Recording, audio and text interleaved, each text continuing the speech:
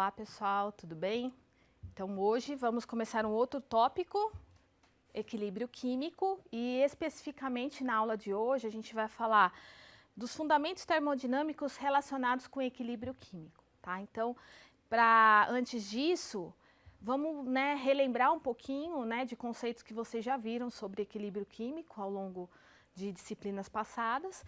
Então a gente pode definir o equilíbrio químico como o ponto durante o curso de uma reação onde não há nenhuma mudança líquida adicional na composição química desse sistema, tá? Então é exatamente assim, a gente tem dois reagentes, à medida que a gente mistura esses dois reagentes, uma reação química se inicia, e aí ao longo de um determinado período de tempo, concentração de reagentes vai diminuindo, vai começar a aparecer os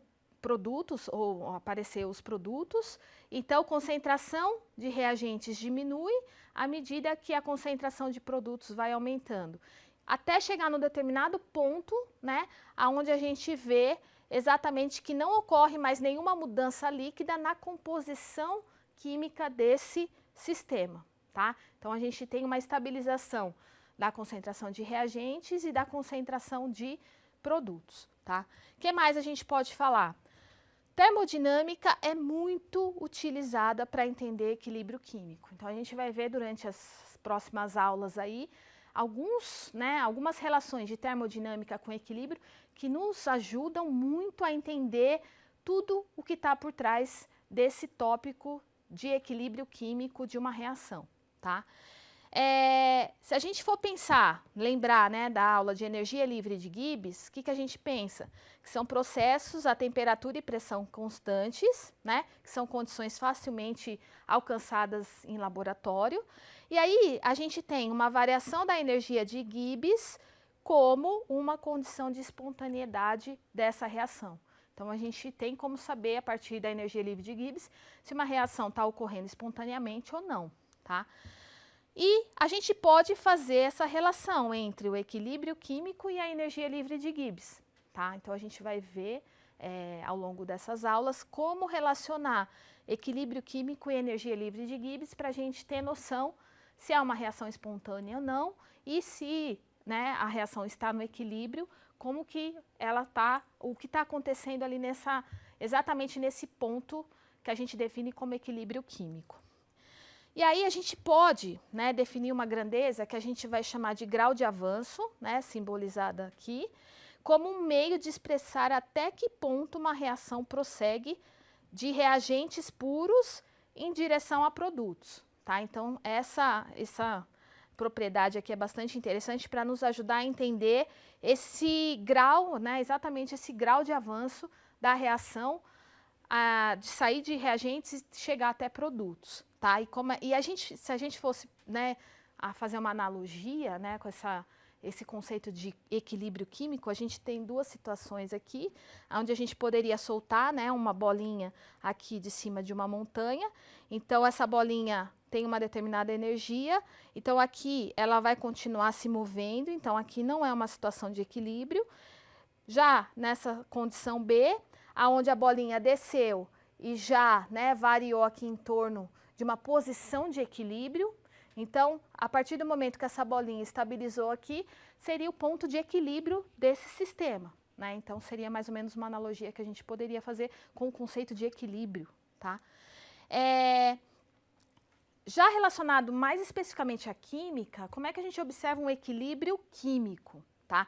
Então vamos imaginar uma situação, a gente está observando a precipitação de um sal insolúvel a partir de uma solução aquosa. Então imagina lá um becker, que você tem uma solução aquosa, e você quer precipitar um sal a partir dessa solução, Então o que a gente tem, ó? A gente pode verificar duas situações. A gente tem os íons aqui em solução, se combinando para formar o sólido, mas ao mesmo tempo esse sólido se dissolve nos íons, que formam esse composto. Então essas duas reações acontecem ao mesmo tempo e num determinado ponto a gente não vê mais nenhuma variação na composição da mistura, né, na composição da reação.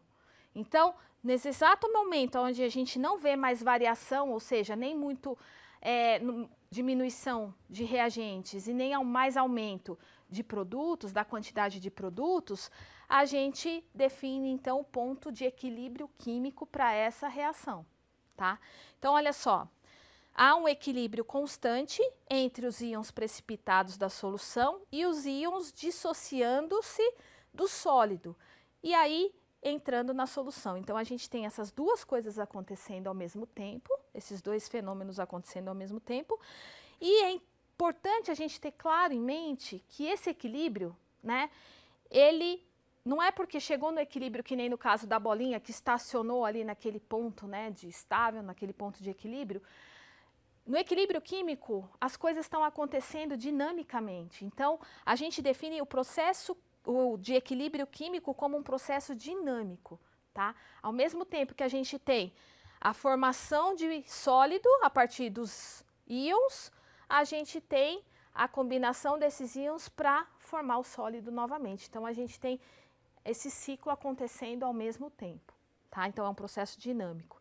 Então, é mais ou menos se a gente pudesse fazer uma analogia com uma estação de esqui, onde a gente observa um número de pessoas em cima, né, no topo da montanha, e depois, lá embaixo, depois de esquiarem, o número de pessoas, e esse número é sempre estável. Então, esse transporte, né, das pessoas que estão embaixo, voltando para o topo, então ocorre dinamicamente e é sempre estável o número de pessoas em cima e o número de pessoas embaixo. Então, a gente pode fazer analogia desse processo dinâmico que ocorre nas reações químicas como numa estação de esqui, tá?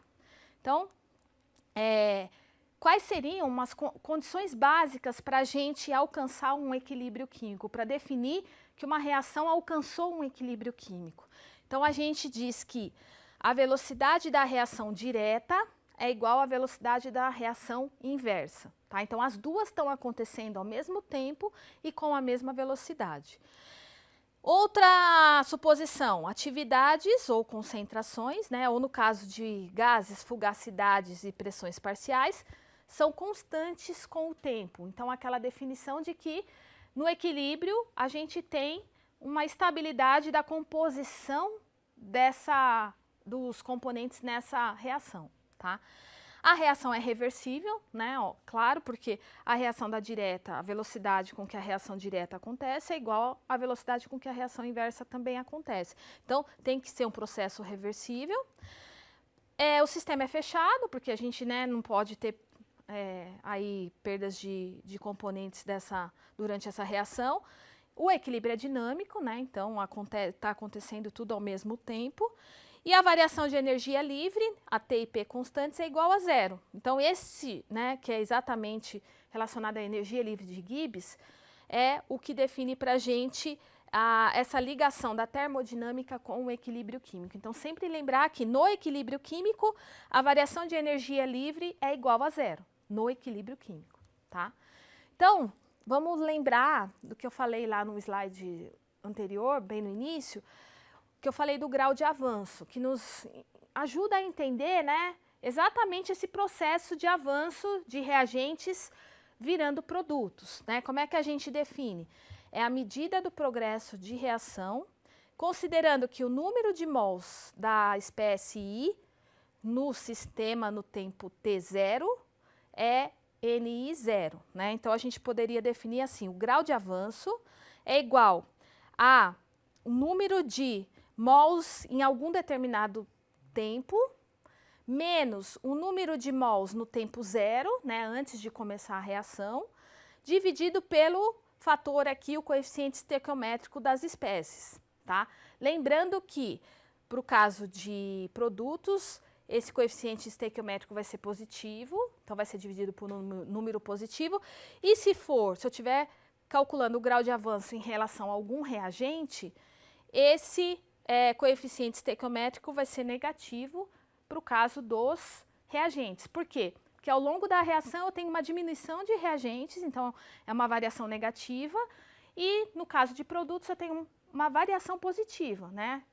A quantidade de produto aumenta ao longo do tempo. Então, assim, a gente pode calcular o grau de avanço de uma reação com base tanto em reagentes quanto em produtos, tá? Então, como é que a gente pode calcular a energia de Gibbs de uma reação? É a variação, a derivada da energia livre de Gibbs em relação ao grau de avanço, tá? Considerando que o potencial químico é também a derivada da energia livre de Gibbs, só que em relação a número de mols, tá? E se a gente considerar um processo de equilíbrio de A com B, a gente teria o quê? Que a variação da energia livre de Gibbs, né, desse equilíbrio aqui A e B, seria o potencial químico de A vezes, que é, né, se a gente, ΔG, a derivada parcial de G é igual ao potencial químico vezes o número de mols, tá? Então, eu só estou trocando aqui, que seria o quê? O ΔG, a derivada de G em relação a A e derivada de G em relação a B, eu só fiz o rearranjo ali. Então, vai ser o quê? Potencial químico de A vezes a variação do número de mols de A, mais o potencial químico de B vezes a variação do número de mols de B, tá? Então, fazendo isso e substituindo pelo grau de avanço, a gente teria algo para calcular a variação de energia livre de Gibbs, a gente poderia usar o potencial químico de B menos o potencial químico de A em relação ao grau de avanço. Então, é uma forma de calcular a energia de Gibbs para uma reação em equilíbrio, tá? Lembrando que a derivada parcial da energia livre de Gibbs em relação ao grau de avanço se resume exatamente à subtração dos potenciais químicos de B e de A, tá? Então, simplificando, a gente teria isso, que a variação da energia livre de Gibbs da reação em equilíbrio é o quê? Potencial químico de B menos o potencial químico de A. Então, a gente está vendo aspectos de um equilíbrio químico a partir de uma visão termodinâmica, tá? Então, ó, a energia livre de Gibbs é a diferença de potenciais químicos entre produtos e reagentes na composição da mistura reacional. Então, é exatamente isso que a gente obteve no final aqui, que a variação de energia livre de Gibbs de uma reação é exatamente a diferença entre o potencial químico do produto menos o potencial químico dos reagentes, tá? E aí, se a gente, né, lembra de uma das condições para o equilíbrio químico, para a gente definir o ponto de equilíbrio químico, é que ΔG é igual a zero, né? Em processos onde a temperatura e a pressão são constantes, né? Então, exatamente nesse ponto é quando o potencial químico dos produtos é igual ao potencial químico dos reagentes. Então, se eu disser que a reação está em equilíbrio, automaticamente, termodinamicamente, eu já imagino que o ΔG é igual a zero e o potencial químico dos produtos é igual ao potencial químico dos reagentes, tá? Então, nessas condições, a composição do sistema fica definida no equilíbrio. A gente consegue calcular a composição, né, de reagentes e produtos no ponto de equilíbrio. A gente sabe exatamente quanto é que tem de produtos e quanto é que tem de reagentes nesse ponto de equilíbrio, tá? Então, esse gráfico aqui mostra pra gente, né, que é o grau de avanço em relação à energia de Gibbs, ó, que ΔG é menor do que zero nessa região, tá? ΔG é maior do que zero aqui. E exatamente no ponto de equilíbrio, o ΔG é igual a zero, tá? Então, sempre lembrar que no ponto de equilíbrio, ΔG é igual a zero, tá? Para gases perfeitos, como é que a gente pode pensar em equilíbrio químico de gases numa reação considerando gases perfeitos, né? Então, lembrando ali, né, do que foi dito no slide anterior, ΔG da reação em equilíbrio não é o potencial químico do produto menos do reagente, que é o B e o A. Quem é o potencial químico de B? É o potencial químico padrão, mas é RT/Ln da pressão do B, menos quem? Potencial padrão do A mais RT/Ln da pressão parcial de A. Então, se a gente, né, rearranja os termos aqui, a gente vai ter que o ΔG, a variação de energia livre da reação em equilíbrio é o quê? É o ΔG padrão mais RT/Ln da pressão de B dividido pela pressão de A, tá? Então, é pressão de produtos sobre pressão de reagentes. E aí, a gente pode definir essa relação aqui, ó, pressão de produto dividido pela pressão de reagentes, como uma propriedade que a gente vai chamar de Q, que é o coeficiente reacional. Então, o coeficiente reacional, a gente pode definir como a pressão parcial dos produtos dividido pela pressão parcial dos reagentes. Então, a gente pode ter essa reação, essa equação para cálculo de energia livre de Gibbs no caso de reações com gases perfeitos, tá? Se a gente lembrar, né, da condição de equilíbrio, onde ΔG é igual a zero, né, exatamente no ponto de equilíbrio, a gente pode trocar esse Q pelo que a gente vai chamar de constante K, que é a constante de equilíbrio, né, que a gente conhece de vários estudos de equilíbrio químico. Então, essa reação se traduz no quê? O ΔG no equilíbrio não é zero? Então, aqui é zero, ΔG padrão mais RT ln de K. Então, quando eu disser que uma reação está no equilíbrio, de cara, ΔG é igual a zero, e o Q, que é o coeficiente reacional, pode ser definido como a constante K de equilíbrio, tá? E se a gente rearranjar aqui essa equação, a gente tem que ΔG0, né, ou o negativo dela, da variação de energia livre padrão, vai ser igual a quem? RT ln de K. Ou o que a gente conhece, né, de livros didáticos, ΔG0 é igual a menos RT ln de K. Então, essa é uma relação muito importante na termodinâmica que relaciona a energia livre com a constante de equilíbrio, tá? Lembrando que o K, então, é a pressão dos produtos dividido pela pressão parcial dos reagentes. Isso no momento do equilíbrio, tá? Então, vamos lá, relembrando. A gente viu no slide anterior que ΔG é igual a ΔG0 mais RT ln de Q, né? Mas se a gente está, né, no equilíbrio, o Q a gente pode trocar por K.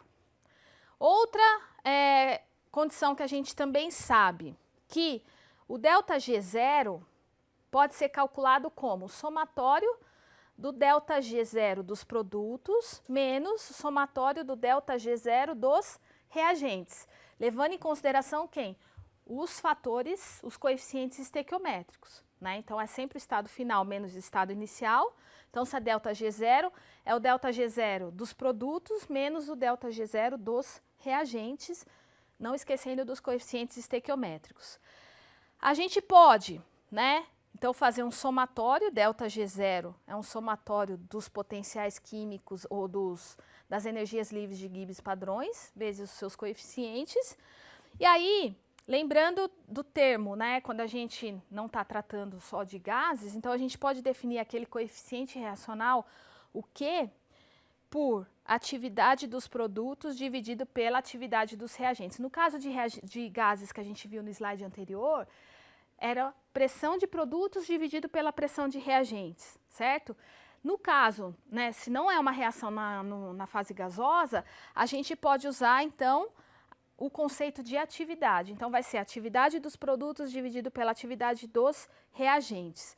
Lembrando que a gente pode definir esse coeficiente aqui como, né, já que é um produtório, dos coeficientes. Então, o coeficiente, o Q vai ser igual ao produtório das atividades das espécies no equilíbrio químico, tá? Então, essa é uma outra forma que a gente pode enxergar a relação do ΔG com o Q, tá? Se não for o ponto de equilíbrio. Só que se a gente tiver no equilíbrio, ΔG é igual a zero, né? E a razão entre as pressões parciais, no caso de uma reação gasosa, a gente troca o Q pelo K, a constante de equilíbrio, tá? Então, a gente vai ter aquela equação que relaciona ΔG com a constante de equilíbrio. Então, conhecendo o ΔG, ΔG0, eu calculo a constante de equilíbrio para uma determinada temperatura, tá? Então, essa equação aqui, ela é extremamente importante porque ela pode ser aplicada a vários sistemas onde eu tenho um dado termodinâmico e quero conhecer propriedades da reação no ponto de equilíbrio, tá? Então, ó, mais uma vez reforçando, é uma relação termodinâmica exata e muito importante. Por quê? Porque permite calcular a constante de equilíbrio de uma reação a partir de dados termodinâmicos. É exatamente isso, a gente relaciona dados termodinâmicos com propriedades do equilíbrio químico, tá? Então, olha um exemplo aqui prático para vocês, né, conseguirem visualizar um pouco a aplicação de tudo isso que eu falei. Uma das reações importantes na glicólise da via bioquímica é a reação da glucose 6-fosfato, que a gente vai simplificar como G6P, para formar a frutose 6-fosfato, a F6P. Então, a gente tem essa reação acontecendo, a G6P passando para F6P, só que é uma reação que está no equilíbrio químico, tá? E a variação de energia livre a 298 Kelvin é igual a 1,7 kJ. Aí vem a pergunta, essa reação é espontânea ou não espontânea em condições termodinâmicas padrão? E a segunda pergunta é, em condições termodinâmicas padrão implicam que as concentrações de G6P e F6P sejam 1 molar. Só que, no entanto, em uma célula típica, elas não estão próximas desses valores. Então, ele pede para calcular o ΔG quando as concentrações de G6P e F6P são 120 micromolar e 28 micromolar, respectivamente, e discutir a espontaneidade da reação direta nessas condições. E aí supor que a temperatura é de 37 graus Celsius, que é a temperatura fisiológica. Então, ó, de cara, se a gente vê aqui o dado, né, de ΔG a 298 Kelvin, é positivo, 1,7 kJ. Então, nessas condições, a 298 e a 1 molar, essa reação não é espontânea, tá? Nessas condições, por quê? Porque ΔG é maior que zero. E a B, como é que a gente pode calcular o ΔG nas condições que ele deu? Então, a gente usa aquela equação que relaciona ΔG com K. Então, ΔG a 298 é igual a menos RT-ln de K, né? E aí, o que a gente tem da outra definição que a gente já viu, né? Que ΔG é ΔG0 mais RT-ln de K, certo? ΔG é o ΔG0, que foi o que ele deu aqui, ó, no exercício, ó, ΔG0, 1,7 vezes 10 a terceira joules. Então, o ΔG0 mais o R vezes o T, que agora a temperatura, ele não falou que era 37 graus Celsius, então transformando para Kelvin dá 335, ln da concentração do produto dividido pelos reagentes. Então, fazendo essa conta, a gente chega num valor de menos 2,5 kJ. E aí já mostra para a gente o quê? ΔG negativo. Então, nessas novas condições, com aquelas concentrações que foram dadas no problema e na temperatura de 37 graus Celsius, essa reação é espontânea, tá? Então, essa é uma aplicação que a gente pode observar claramente o efeito, né? Como é que a gente pode relacionar a constante de equilíbrio com o ΔG e automaticamente supor, imaginar a espontaneidade do processo. Se naquelas condições de temperatura e concentração no equilíbrio, a reação é espontânea ou não, tá? Então, a reação direta para produzir F6P é espontânea nessas condições, tá? Então, na próxima aula a gente vai falar um pouquinho mais de reações em equilíbrio e falar da energia de Gibbs padrão de reação.